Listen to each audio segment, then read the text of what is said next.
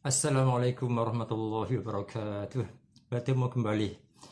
InsyaAllah pada kali ini pertemuan kita, saya ingin berbincang dengan tuan-tuan perempuan tentang lafaz niat puasa.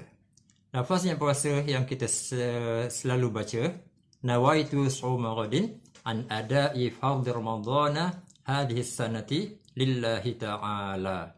Dan lafaz niat puasa ini tersebar di mana-mana, di media sosial, di surat khabar, di majalah, di TV, dan diajar di sekolah-sekolah, di tadika-tadika, bahkan di surau-surau dan juga di masjid-masjid. Pada hari ini, saya nak berbincang dengan tuan-tuan tentang ada sesuatu sebenarnya dalam lafaz niat puasa yang kita sentiasa amalkan ini. Sebelum itu, kita dengar bacaan niat puasa ini daripada anak-anak kecil kita, cucu-cucu kita, sebagai satu hiburan kepada kita. Dengarkan.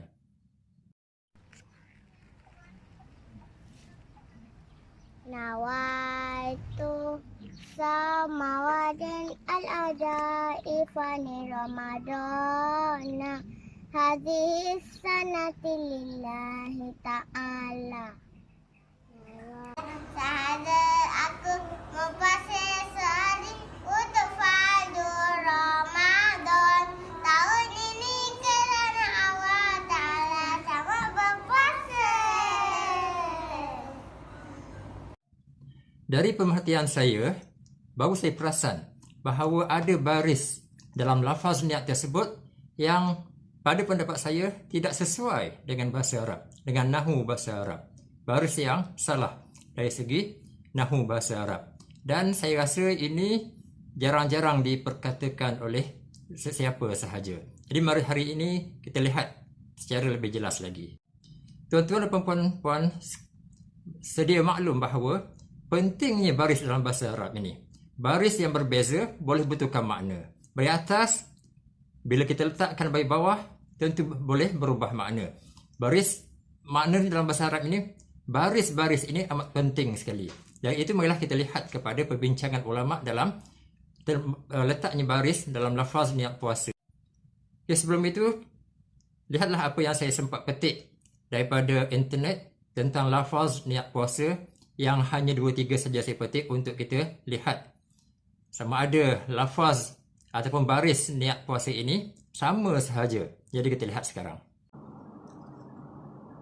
Ini yang saya dapat daripada internet. Lafaz niat yang ditulis ialah nawaitu shauma ghadin an ada'i fardhi syahr ramadhana hadhihi sanati lillahi ta'ala, sebagaimana yang kita baca selama ini. Dan inilah Ramadan 1441 Hijrah, stay at home.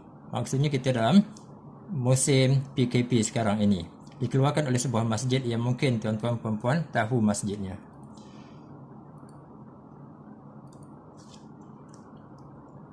Kemudian ini saya ambil daripada internet juga dan lafaznya sama sahaja.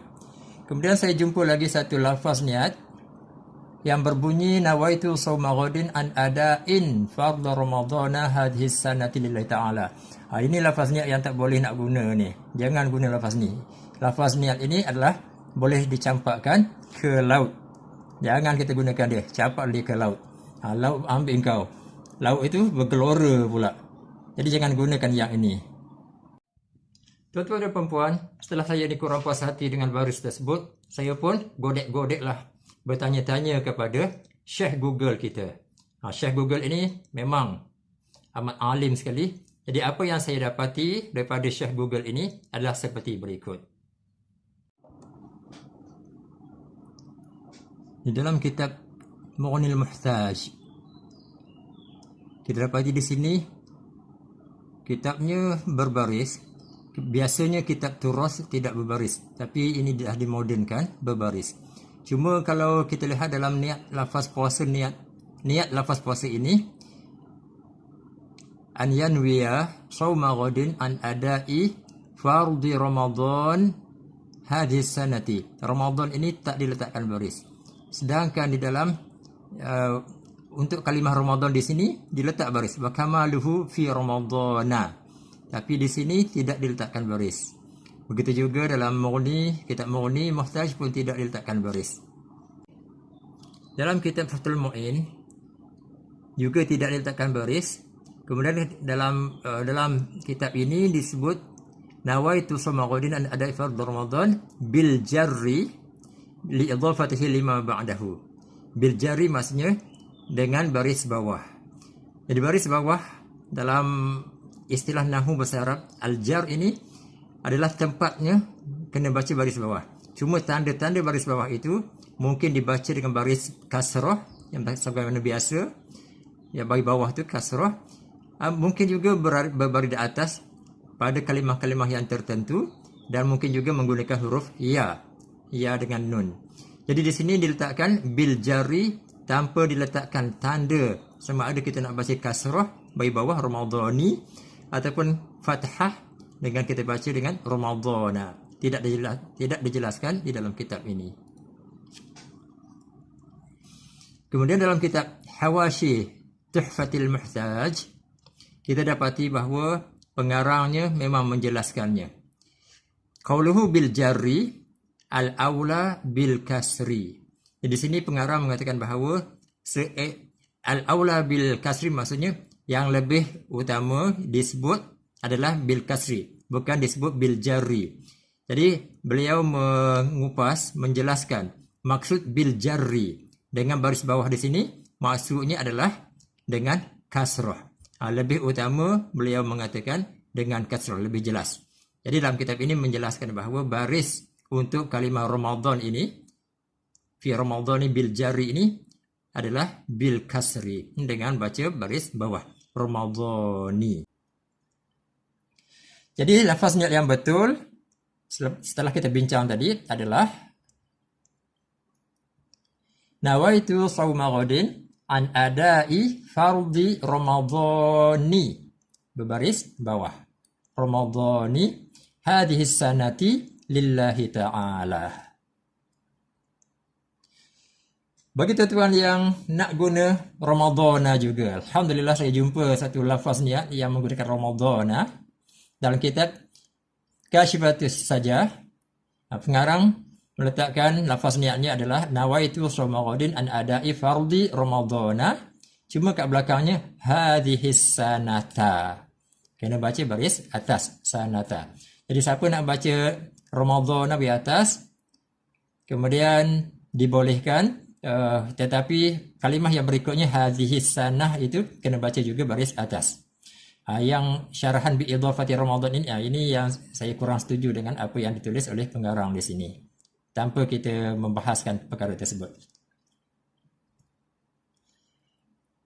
Jadi kita ada dua lafaz niat, sama ada kita nak guna nawaitu shawma ghadin an ada'i fardhi Ramadhani hadhihi sanati lillahi ta'ala, ataupun kita guna nawaitu shawma ghadin an ada'i fardhi Ramadhana hadhihi sanata lillahi ta'ala. Nun baris bawah, sanah baris bawah, nun baris atas, sanah juga baris atas. Betulkan yang biasa dan biasakan yang betul. Nawaitu shawma ghadin an ada'i fardhi Ramadhana hadhihi sanata lillahi ta'ala. Nawaitu shawma ghadin an ada'i fardhi Ramadhani hadhihi sanati lillahi ta'ala. Taib tuan-tuan dan puan, sebagai penutupnya, yang pertama sekali yakinlah bahawa walaupun mungkin niat puasa kita yang kita baca itu silap dari segi barisnya, tapi kalau kita ada niat di dalam hati kita, dalam bahasa Melayu kita yang betul, maka puasa kita masih sah. Cuma perlulah kita perbaiki yang silap itu, kita baiki untuk kita gunakan yang betul. Betulkan yang biasa dan biasakan yang betul.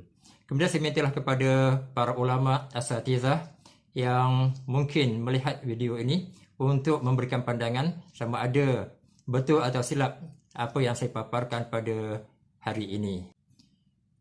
Dan yang terakhirnya, kalaulah kita berniat puasa ramai-ramai seperti mana yang kita selalu lakukan selepas solat tarawih ketika bukan zaman PKP ini, biasanya kita baca ramai-ramai lafaz niat puasa. Jadi selepas baca niat puasa itu, hendaklah kita berikan ruang untuk masing-masing berniat dalam bahasa Melayu dalam hati.